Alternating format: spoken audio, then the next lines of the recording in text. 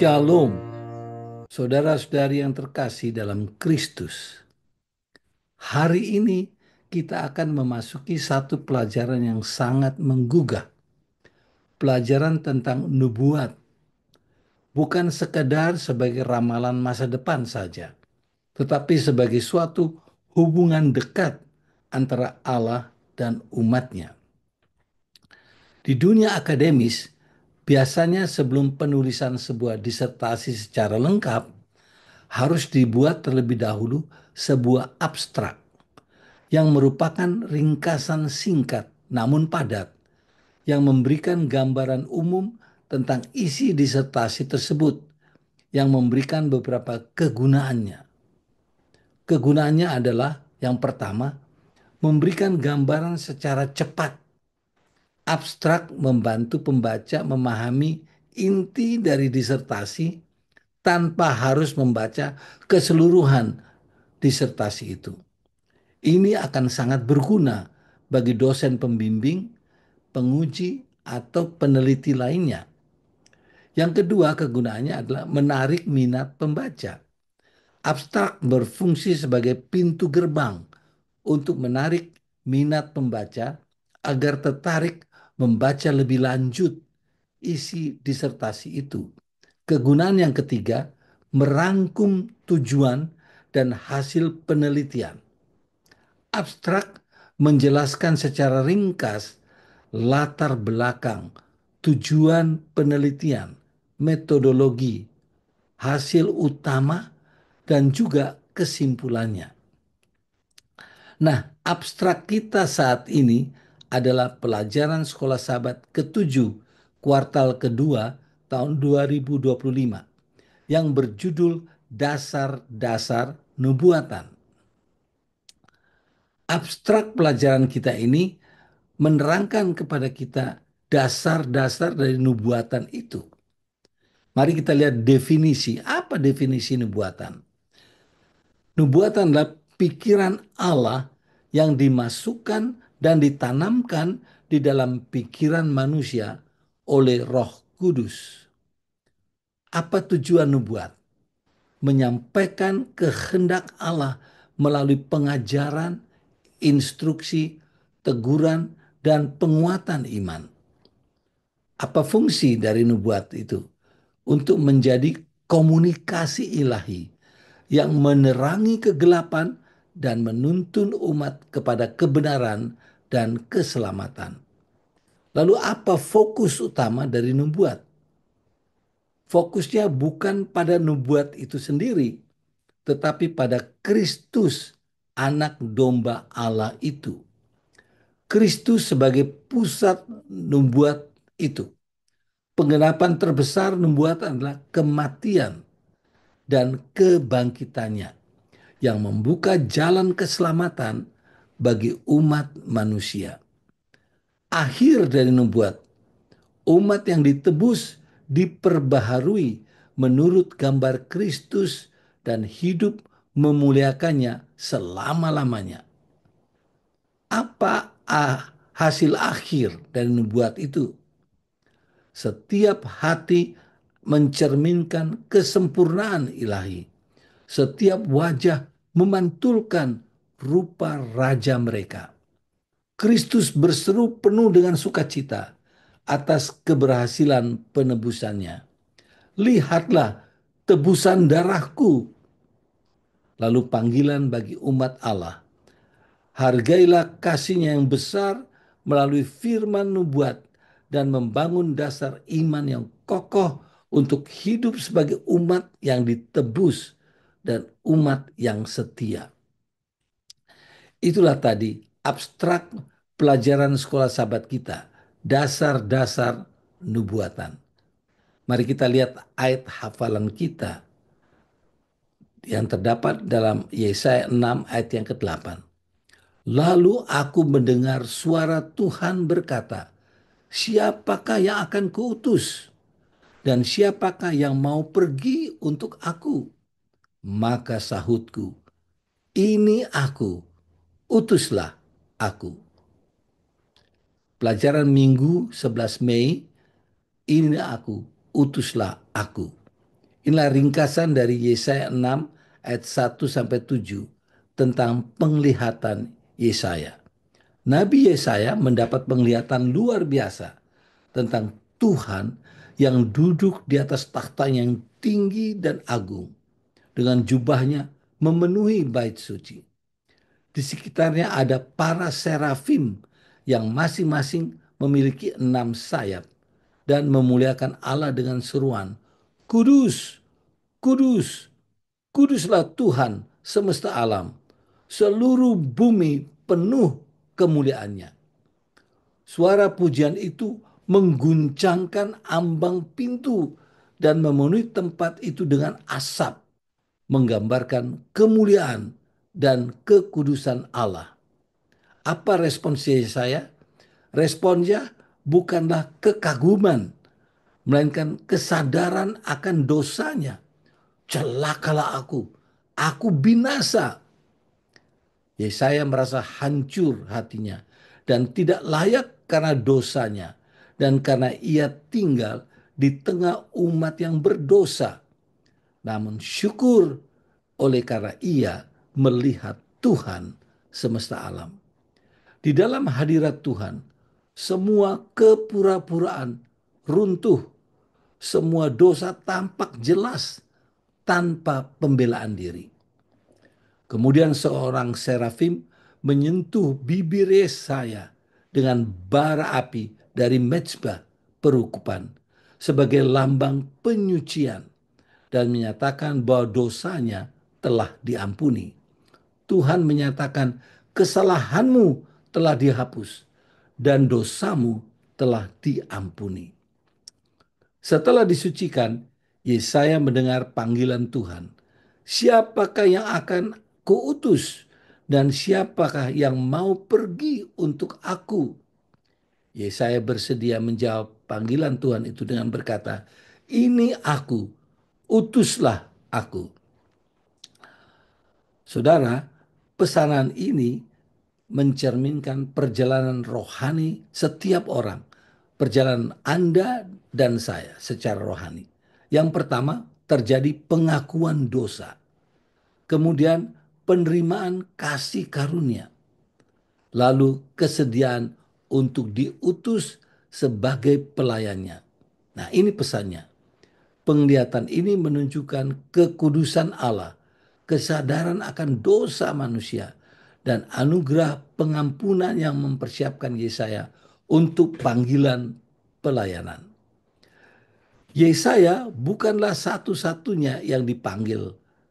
Anda dan saya, kita pun yang telah disucikan oleh darah Yesus, dipanggil untuk merespons dengan kerendahan hati dan keberanian yang sama.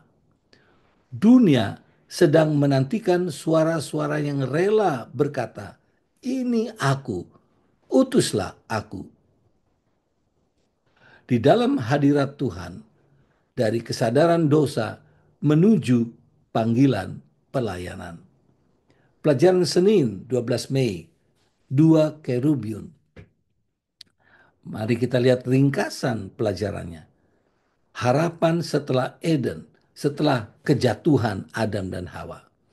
Adam dan Hawa diusir keluar dari Eden. Allah langsung memberikan janji akan Mesias sebagai harapan pemulihan. Allah menempatkan dua kerub dengan pedang bernyala-nyala yang menyambar-nyambar untuk menjaga jalan ke pohon kehidupan. Kejadian 3:24. Adegan ini menyerupai tabut perjanjian, yaitu simbol takhta Allah di bumi. Penjagaan kerub dimaksudkan agar manusia yang berdosa tidak lagi datang menghampiri pohon kehidupan dan memakan buahnya, namun juga menjadi simbol harapan akan pemulihan ke Firdaus. Nyonya Ellen G. White menulis bahwa Eden tetap berada lama di bumi setelah kejatuhan dan dijaga malaikat. Umat Tuhan datang ke gerbangnya, menyembah akan Allah dan memperbaharui ketaatan mereka. Eden akan dipulihkan dalam langit dan bumi yang baru. Wahyu 21 ayat 1. Akan lebih mulia dari sebelumnya.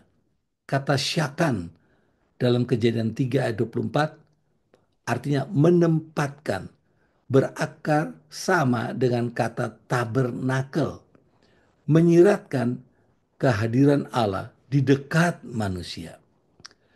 Dalam seluruh Alkitab, kerub selalu terkait dengan takhta dan kehadiran Allah. Dalam Wahyu 4 dan 5, para tua-tua memuji Allah sebagai pencipta dan raja yang layak memerintah. Semua ini mengajarkan bahwa meskipun manusia sudah jatuh ke dalam dosa, Allah tetap hadir, tetap memberikan harapan dan memulihkan hubungannya dengan umatnya. Puji Tuhan. Pelajaran kita Selasa 13 Mei, seperti bara api dari perapian.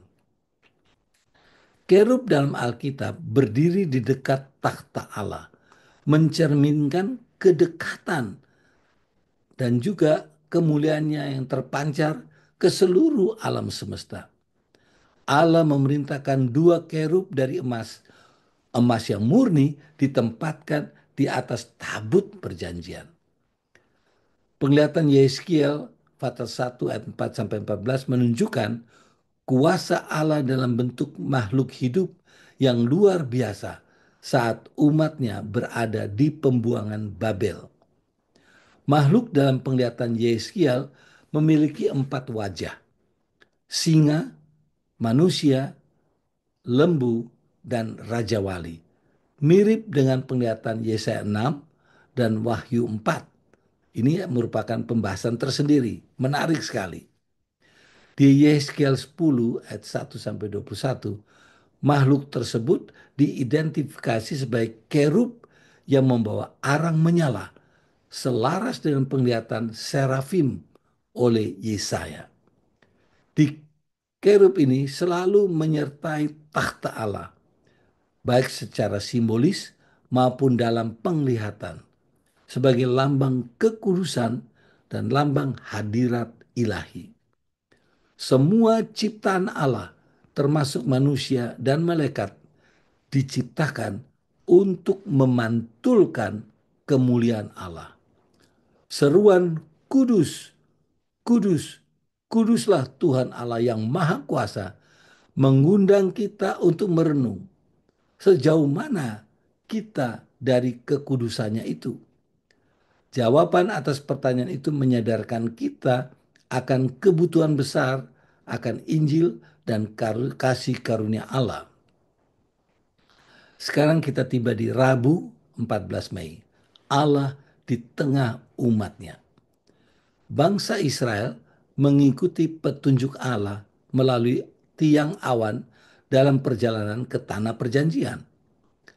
Saat Allah menyuruh mereka berhenti, maka mereka kemudian mendirikan kemah suci, tabernakel, menata perkemahan, 3 suku di setiap sisi mengelilingi kemah suci. Kehadiran Allah turun di tempat yang maha kudus, tepat di tengah-tengah umat. 4 suku utama penjaga tabernakel bisa kita dapat di Bilangan pasal yang kedua. Di sebelah timur ada Yahuda, selatan Ruben, di sebelah barat Efraim, dan di utara suku Dan. Panji dan simbol tradisional dari suku-suku ini, Yahuda itu simbolnya singa. Ruben simbolnya wajah manusia.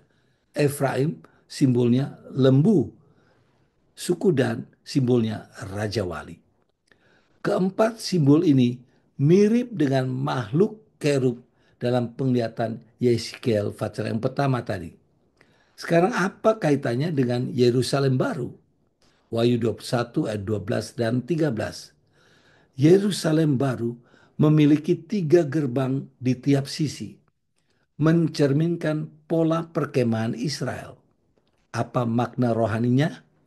Di masa lalu maupun masa depan, Allah ingin berdiam di tengah umatnya. Allah ingin menjadi Immanuel, Allah beserta kita. Wahyu 21 ayat 22, Allah Tuhan yang Maha Kuasa dan Anak Domba adalah bait sucinya. Sekarang mari kita lihat refleksi pribadi kita. Cara mendekat kepada Allah.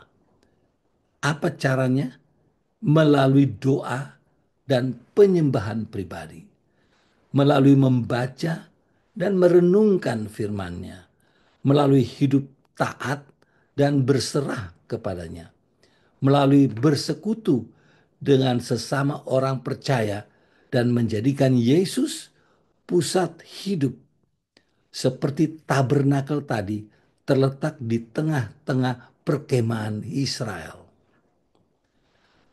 Hari Kamis 15 Mei, kejatuhan Lucifer.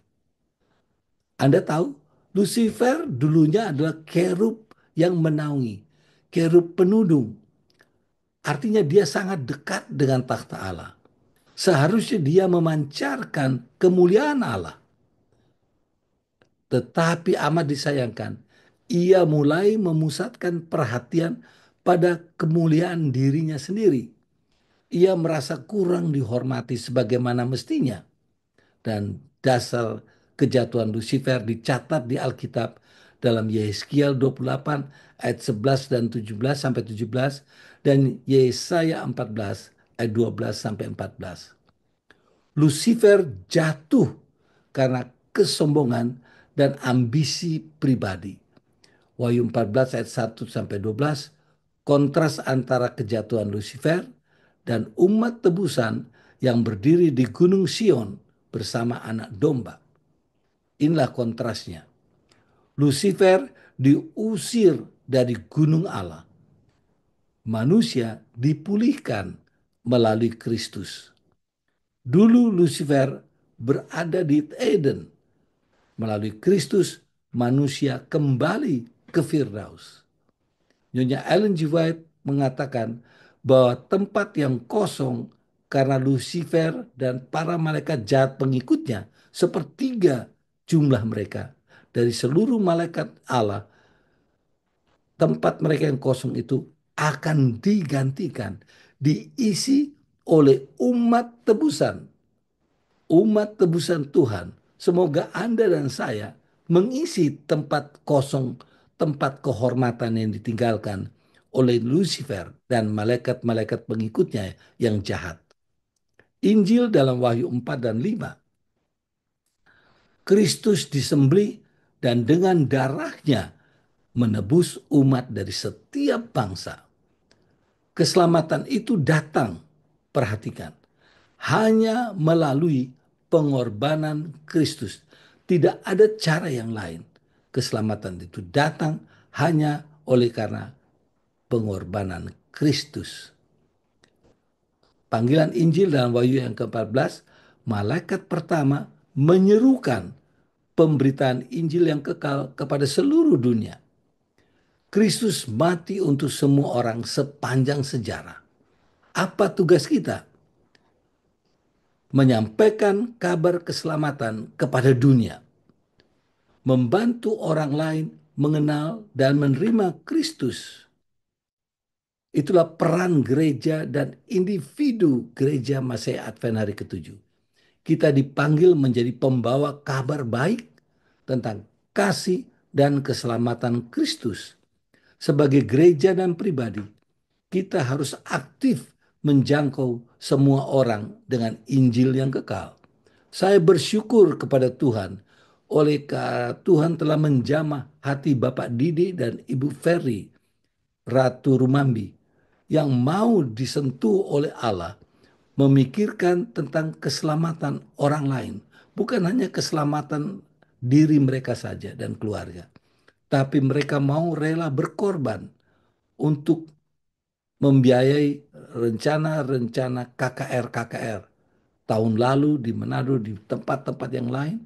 Dan tahun ini juga akan membuat KKR di Bitung dan juga Minahasa Utara.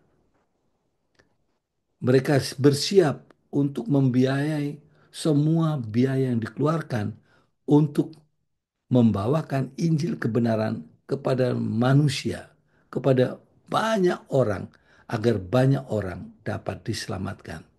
Itulah misi kita. Itulah apa yang harus kita libatkan diri kita di dalamnya.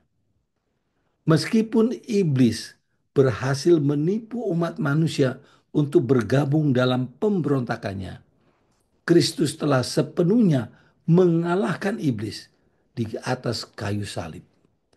Melalui salib, Kristus mengamankan tempat bagi umat manusia, bagi Anda dan bagi saya. Tempat yang tadinya pernah diduduki oleh malaikat yang jatuh. Pada akhirnya, kasih dan kebaikan Allah akan dinyatakan secara lebih dalam dan luas dibandingkan sebelum kejatuhan Lucifer. Walaupun kejahatan tidak pernah direncanakan oleh Allah dan tetap menjadi tragedi yang kekal, tetapi melalui pengalaman ini, kemuliaan dan kasih Allah akan lebih terang, lebih benderang disingkapkan. Kristus memandang umat yang ditebus, yang telah diperbaharui menurut gambarnya, mencerminkan rupa sang raja, dan ia merasa puas. Yesus merasa puas dengan hasil dari penderitaan pengorbanannya.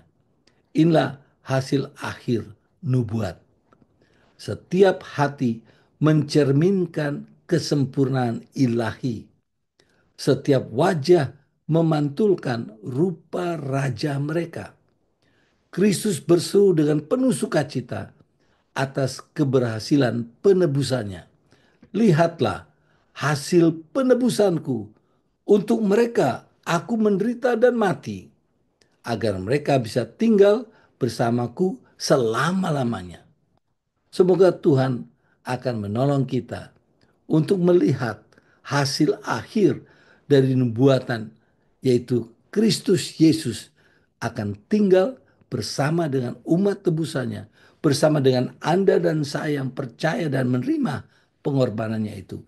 Kita akan hidup bersama dengan Dia sepanjang masa kekekalan. Kiranya Tuhan memberkati kita. Ada doa dan harapan saya di dalam nama Yesus Kristus, Anak Domba Allah yang agung itu. Amin.